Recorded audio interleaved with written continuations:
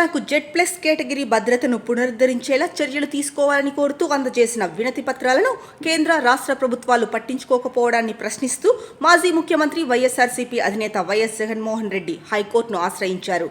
తనకు కేంద్ర సంస్థలైన సిఆర్పీఎఫ్ లేదా ఎన్ఎస్జీలతో తగిన భద్రత కల్పించకపోవడం రాజ్యాంగ విరుద్ధమంటూ నిన్న హైకోర్టులో పిటిషన్ దాఖలు చేశారు.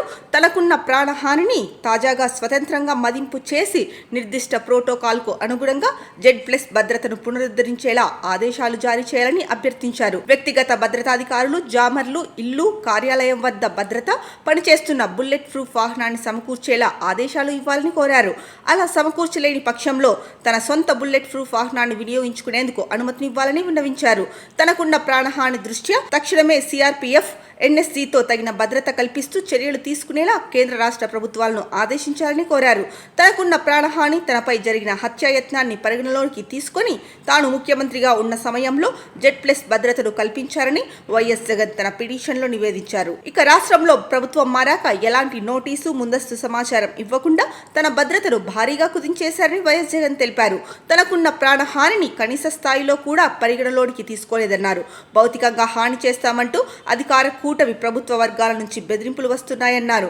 ప్రస్తుతం తనకు క్యాట్ బృందాలతో కల్పిస్తున్న భద్రత పూర్తి స్థాయిలో పనిచేయని బుల్లెట్ ప్రూఫ్ వాహనం వల్ల ఉపయోగం లేదని తెలిపారు. గతంలో ఉన్న జెడ్+ భద్రతను పునరుద్ధరించాలని పలుమార్లు విజ్ఞప్తి చేసినా ప్రభుత్వం పట్టించుకోలేదన్నారు. తన భద్రత కుదింపుపై గతంలోనే హైకోర్టును ఆశ్రయించారని, ఆ పిటిషన్ ఇప్పటికీ పెండింగ్లో ఉందని తెలిపారు.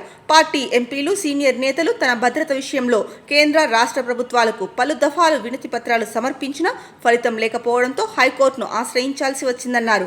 గత ఫిబ్రవరిలో తాను రైతులకు సంఘీభావం తెలిపేందుకు గుంటూరు మిర్చి యార్డుకు వెళితే కనీసం ఒక్క కానిస్టేబుల్ని కూడా అందుబాటులో ఉంచలేదన్నారు. ప్రభుత్వం ఉద్దేశపూర్వకంగానే జనాలను నిలువరించేందుకు ఎలాంటి చర్యలు చేపట్టలేదని తెలిపారు. ఇక 2024 తర్వాత తమ పార్టీ నేతలు, కార్యకర్తలపై భౌతిక దాడులు పెరిగిపోయాయని వైఎస్ జగన్ తన పిటిషన్లో పేర్కొన్నారు. తనను అంతమొందిస్తామంటూ అధికార పార్టీ నేతలు బహిరంగంగానే బెదిరిస్తున్నారు.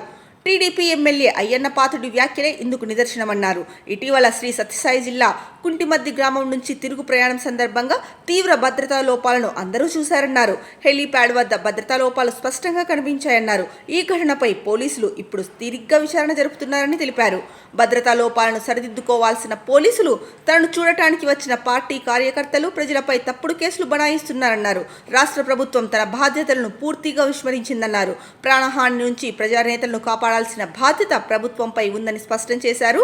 వీటన్నింటినీ పరిగణలోకి తీసుకుని తనకు జెడ్+ భద్రతను పునరుద్ధరించేలా ఆదేశాలు జారీ చేయాలని హైకోర్టును అభ్యర్థించారు. జగన్ దాఖలు చేసిన వ్యాజ్యంపై హైకోర్టు ఇవాళ విచారణ జరపనుంది.